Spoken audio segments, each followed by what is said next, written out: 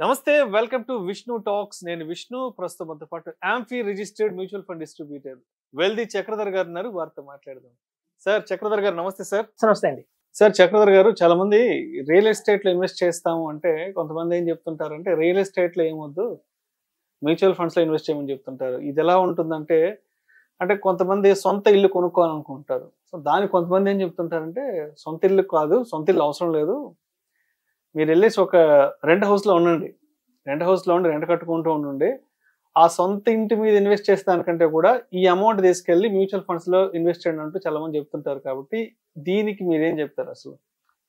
ఇది ఈ మధ్య నాకు కూడా కాల్స్ వస్తున్నాయండి. బాగా నాకు కలిసిన ఇన్వెస్టర్స్ కూడా చాలా మంది చూపిస్తున్నారు. సార్ కొన్ని వీడియోస్ చూడండి, మనకి 20,000 మనకు ఈఎంఐ 40,000 కట్టే బదులు 20,000 ఇచ్చి అద్దెలో ఉండండి, ఇంకో 20,000 మిగులుతాయి కాబట్టి దాన్ని ఎస్ఐపి చేస్తే మీకు లాంగ్ టర్మ్ లో ఒక 2 కోట్లు వస్తాయి, 3 కోట్లు వస్తాయి, ఎందుకు ఇంటి మీద పెడతారు అనేది ఉంది. సో ఇది యాక్చువల్ గా చూస్తానండి, మనం ఎప్పుడైతే ఒక వీడియో చేస్తామో అది మనం పాన్ ఇండియా వెళ్తుంది, చాలా చూస్తారు. అటు మనకి చూస్తే విజయవాడ, ఒంగోలు, మనకి నెల్లూరు నుంచి చూడొచ్చు, కాకినాడ నుంచి చూడొచ్చు వీడియోని, అలాగే హైదరాబాద్ లో ఉన్న సిటీస్ లో చూడొచ్చు, బెంగళూరులో సిటీస్ చూడొచ్చు. అయితే నేను అబ్జర్వ్ చేసుకునే ఉన్న నా నాలెడ్జ్ ప్రకారం ఏంటంటే అండి, ఇది 100% కరెక్ట్. ఎక్కడైతే మనం కనుక టైర్ 2 లో ఉంటున్నామో, అంటే విజయవాడ, గుంటూరు, తెనాలి ఇటు సిటీస్ లో ఉంటే ఇది వర్తిస్తుందండి. అది కరెక్టే వాళ్ళు చెప్పింది. మనం అద్దెలు పెట్టకుండా సొంత ఇల్లు తీసుకొని దానికి ఏమే కట్టకుండా అద్దె ఇంట్లో ఉండొచ్చు. దానివల్ల మనం బెనిఫిట్ అవుతుంది, లాంగ్ టర్మ్ లో మంచి వెల్త్ క్రియేట్ చేయొచ్చు. కానీ ఎస్పెషల్లీ హైదరాబాద్ లాంటి సిటీస్ లో ఇది వర్కౌట్ కావట్లేదండి. రీసెంట్ గా నాకు జరిగిన ఇన్సిడెంట్ చెప్తాను. ఒక సాఫ్ట్వేర్ ఇంజనీర్ ఉన్నాడు, టీసీఎస్ లో చేస్తాడు. అతను కొండాపూర్లో రెంట్ కొంటాడు. సో కొండాపూర్లో రెంట్ కొంటాడు, టీసీఎస్ అంటే హార్డ్లీ ఒక అరగంట వెళ్ళిపోవచ్చు ఆఫీస్ కి. సో వాళ్ళ మిస్సెస్ కూడా పక్కనే ఒక స్కూల్లో టీచర్ జాయిన్ అయ్యారండి. వాళ్ళకి 20,000 రూపీస్ శాలరీ వస్తుంది. సో పక్కన ఒక ఇంటర్నేషనల్ స్కూల్లో పిల్లల్ని జాయిన్ చేశాడు. సో అంతవరకు బాగుంది, హ్యాపీగా కుటుంబం వెళ్తుంది. సడన్ గా వాళ్ళ ఓనర్ ఫోన్ చేశాడు, మా అమ్మాయి వస్తుందండి బెంగళూరు నుంచి, మీరు ఇల్లు ఖాళీ చేయండి అని చెప్పాడు.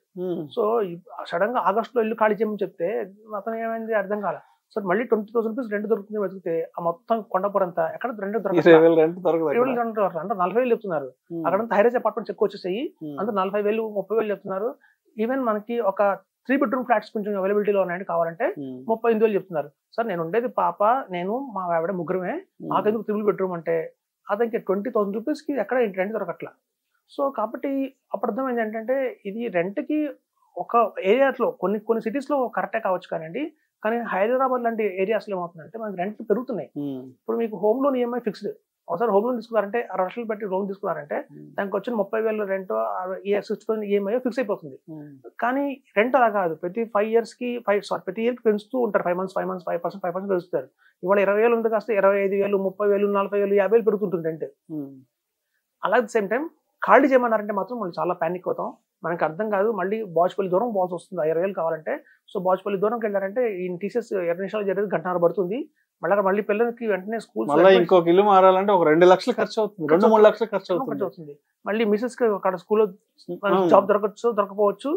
ఈవెన్ పిల్లలు కూడా ఏంటంటేనండి, ఎల్కేజీ నుంచి జరిగితేనే మా స్కూల్ తీసుకుంటాం తప్ప మిడ్ ఆఫ్ ద ఇయర్ లో వస్తే మేము సీట్లు ఇవ్వమంటున్నారు. హైదరాబాద్ లో చాలా పెద్ద ప్రాబ్లంగా ఉంది పిల్లలకి ఎడ్యుకేషన్ విషయంలో.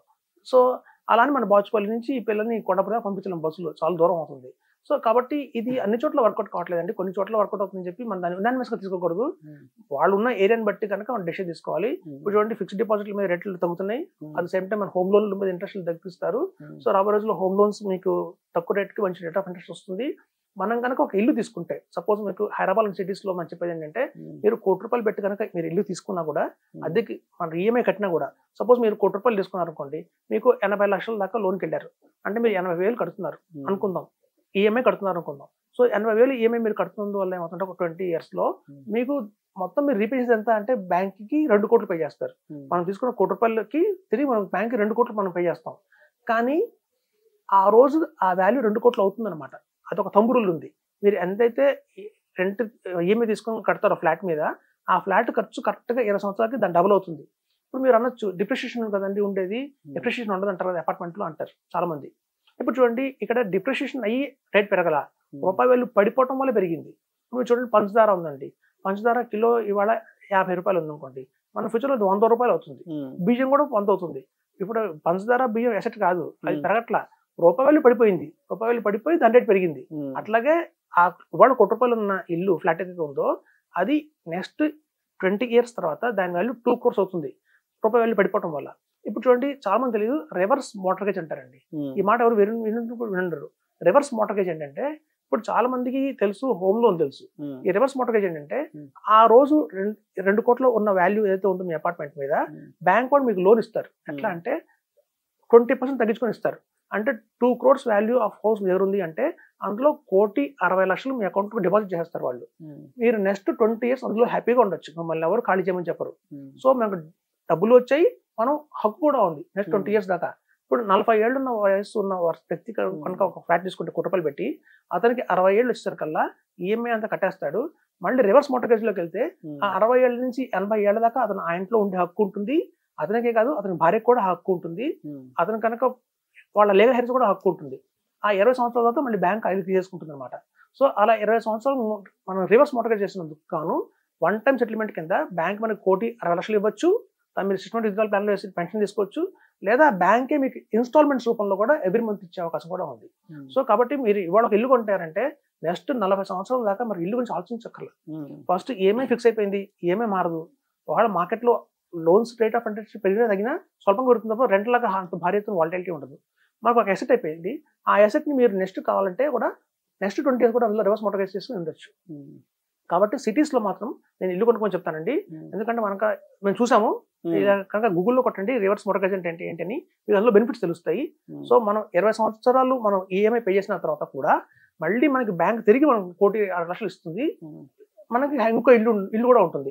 చూడండి, ప్రతి ఒక్క మనిషికి food, cloth, shelter most important. Food, cloth, shelter most important. ఎక్కువ ఖర్చు పెడుతుంది ఏంటంటే ఇంటికే ఖర్చు పెడుతున్నాం. మనం బట్టలు బ్రాండెడ్ వేసుకుంటే ఖర్చు, కొంచెం మనకి ఏదన్నా మన లోకల్ మేడ్ బట్టలకు పెద్ద ఖర్చే ఉండదు. సో మనం తిన్న ఫుడ్ పట్టుకుని మన రేట్ ఉంటుంది. కానీ ఇల్లు మాత్రం అలా కాదు. సో మనం 40% మనం సంపాదిస్తున్న శాలరీలో 40% ఇంటికే వెళ్తుంది. లేకపోతే పెన్షన్ వచ్చినా కూడా అందులో 40% ఇంటికే వెళ్తుంది. సో ఎక్కువ పర్సంటేజ్ 1% మనం పెడుతుంది ఇంటికే. సో కాబట్టి అట్లాంటి ఇంటిని కనుక మనం కంట్రోల్ చేస్తే ఫస్ట్ ఆఫ్ ఆల్ ఒక ఇల్లు తీసేసుకొని తర్వాత ఖర్చులు మన చేతిలో ఉంటుంది. మనం లోకల్ గా బ్రాండ్ వేసుకున్నామా లేకపోతే హైఫై బ్రాండ్ వేసుకున్నామా అని చెప్పి.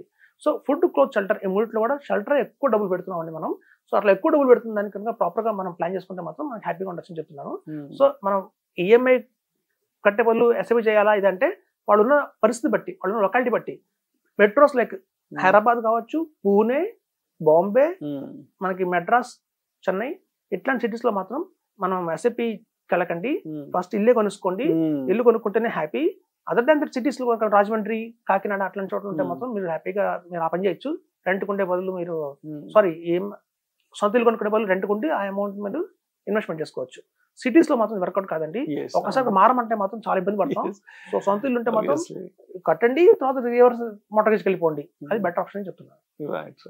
Thank you sir, thank you so much Chakradhar గారు. థ్యాంక్స్ అండి.